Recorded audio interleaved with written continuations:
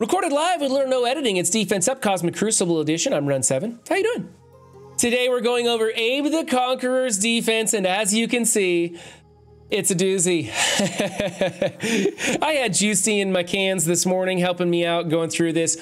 Honestly, we kind of figure that Abe the Conqueror is having a lot of fun playing Marvel Strike Force and may not be in the hunt for Apocalypse because there's a lot of teal gear being spread around to a lot of different tunes. I'm not sure how much blue ISO they spent on their builds, but it gets a little crazy, and you're going to see some pretty interesting stuff going on over here. So team number one is the Asgardians with Doom. Doom, Gear 17, Thor, Gear 17, all 7 red stars. This is kind of amazing. So it's a thing. We don't really like the Asgardians in Crucible, at least not during the Age of X. They don't get the bonuses. Uncanny could beat them, not this one, but Uncanny could probably smash them hard. You've got some other teams that blow them up pretty good. There's that hybrid with the New Warriors, stuff like that. So they're not that great in this Crucible. Maybe in the next Crucible they will be. I would like to remind everybody as we go through this roster that putting red stars on a bad character does not make it better. It just makes it bigger. So don't get excited when you pull 7 red for a trash character. You shouldn't build them up. You shouldn't be using them. We're going to see a few instances where I think that might have happened here. I'm not really sure. Maybe they're just a fan of AIM. I don't know. Anyway, if we had a very weak Asgardian in here, when you went in trying to kill Doom, you could splash and kill that Asgardian, triggering the Valkyrie passive, making this team a real nightmare to get through. You might consider putting in somebody like a Red Guardian for the pre-taunt, helping Doom to get to his maneuver earlier, because really, you're going to come into this, you're going to want to ability block Doom and kill him as fast as possible. And then you may need to 2-tap the team. You know, you kill Doom, and then you may not have enough steam left over to roll over the rest of the Asgardians. Or who knows, maybe you bring in something so big it just annihilates the whole thing. Could be a waste. Your Asgardians might be big enough to just run on their own without Doom, and you could put Doom into a different team. Personally, that's the way I would go. Not a lot of people are gonna have the proper counters built up big enough to deal with this size of an Asgardian team. By the way, congratulations walking over nodes 5 and 10 of the Red War Scourge. So yeah, I don't know what to say about this. It looks like a lot of fun and a very challenging team.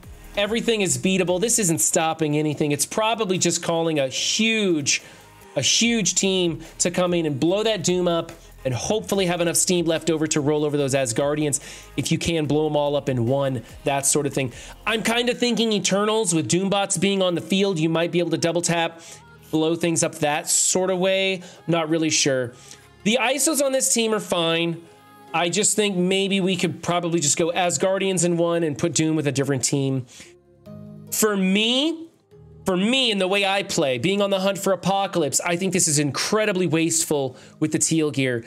I don't think the Asgardians have a lot of value, and for me, I think this is a really terrible thing to do.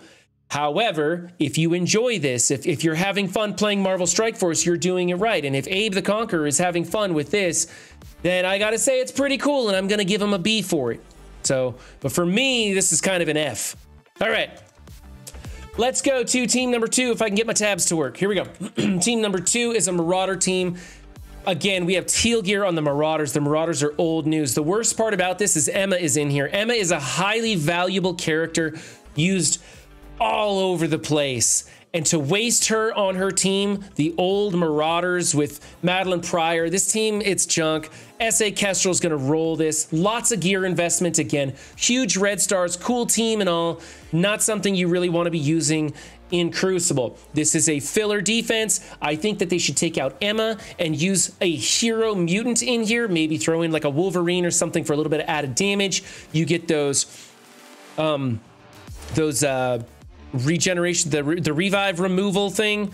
So if they come into it with a Dormammu or something like that, or some other team, it'll wipe those clean. You get that Age of X bonus on your hero mutant is what I'm going for.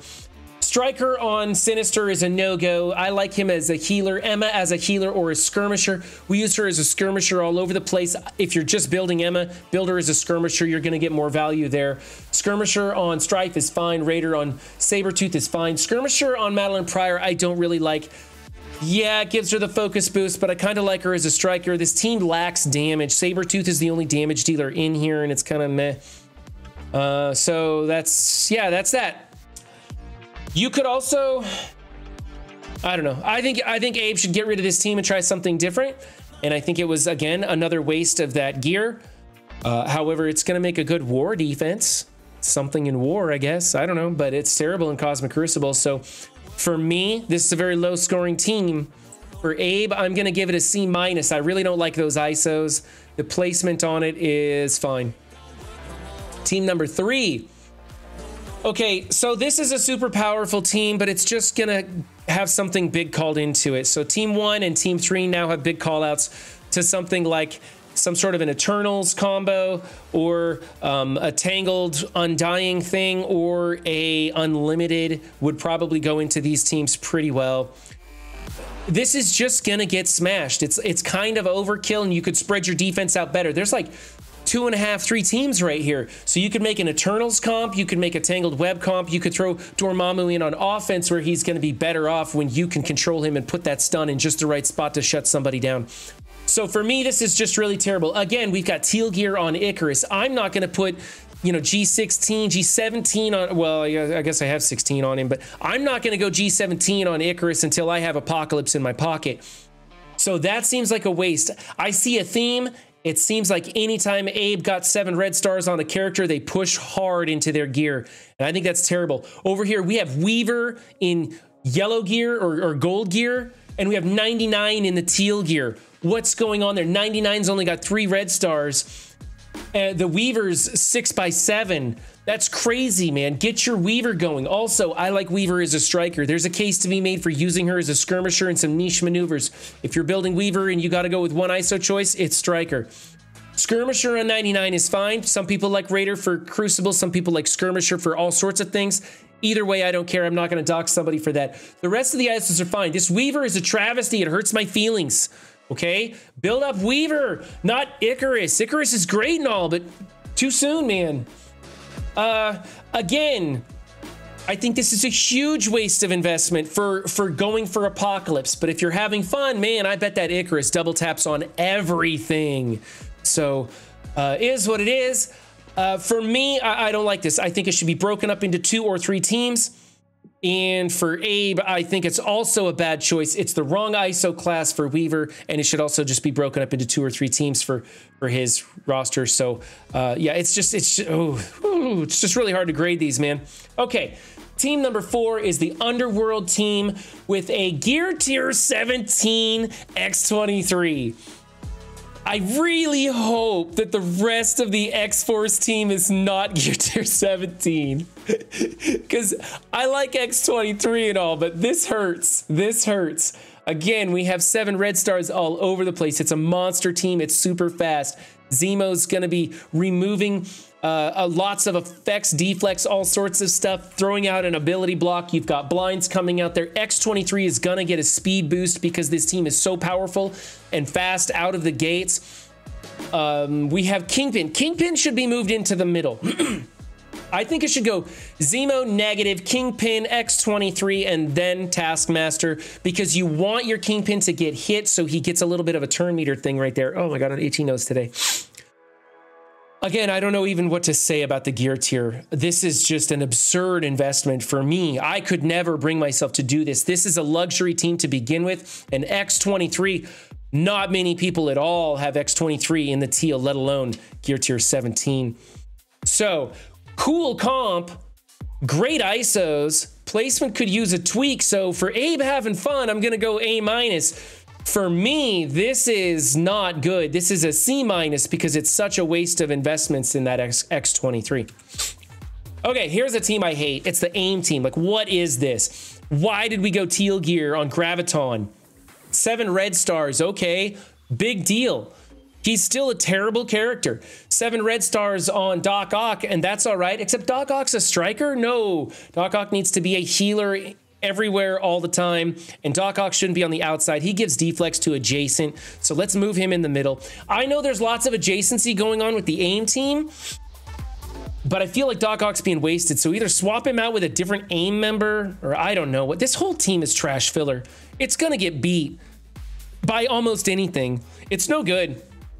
Maybe this was part of the thing that Abe was doing for the Archangel Scourge run, the using AIM minions. I'm not sure, but again, I think this is some wasteful investment. There's no word on MODOK yet. We have had rumors of MODOK for years. I'm not going to do anything with the AIM team until I see MODOK grayed out in my roster, and then I'll be like, okay, he's coming for sure, because we have been fooled by that so many times. So don't build the AIM team. Don't do this. Placement is okay, but I want healer over here on the AIM security. She does some healing to adjacent or healing to lowest health, something like that. So you want her as a healer, not a fortifier. Skirmisher isn't a great choice. I think Monstrosity should be Striker. He's kind of the damage dealer of this team. You want Striker on Graviton because he's putting out some stuff with his basic. I forget what, because he's a forgettable character and doesn't deserve teal gear, for the love of God. Oh, it's so frustrating. All right. Doc Ock shouldn't have teal gear either. I think he's fallen off. No one's really using him anywhere for anything. This team is trash. I don't like it at all. It's not done very well. So for Abe, I'm going to say it's a B-. For everybody else, this is an absolute F. Don't use this team. All right. And in 6, we have Gamma. And by the way, at the time of this recording, we're 2 days out from Gamma going into their awakened abilities for Red Hulk. And you need teal gear on the whole team. And 3/5 of them are sitting there in their gold gear. So these are the traditional ISOs. This is great placement, great ISOs. However, more and more people are reporting that full healer on the team is amazing. I'm using full healer on the team everywhere now. In raids, on offense, on defense, everywhere. I just use them as full healer. They are ridiculously good at keeping themselves topped up on health. They clear heal block from themselves a lot. So all those revives, rejuves, revitalization, whatever Pathfinder Gaming likes me to say, the little green plus icon, all of those things are getting their value, not to mention they have huge health bars, and a lot of them have healing built into their kits. You're getting a lot of value going full healer, so that's another choice that you can do. Let's get the teal gear on this team. This is where we should be investing, especially because the awakened abilities are going to be drastically important on Red Hulk in the arena. It's drastically going to change your arena when people start getting those awakened abilities unlocked. So you definitely want to push for the teal gear on this team to get through that. All right. I would like to remind everybody, if you are having fun playing Marvel Strike Force, then you are doing it right. And I will not complain or make fun of you in any way, shape, or form. And it looks to me like Abe the Conqueror is having a lot of fun.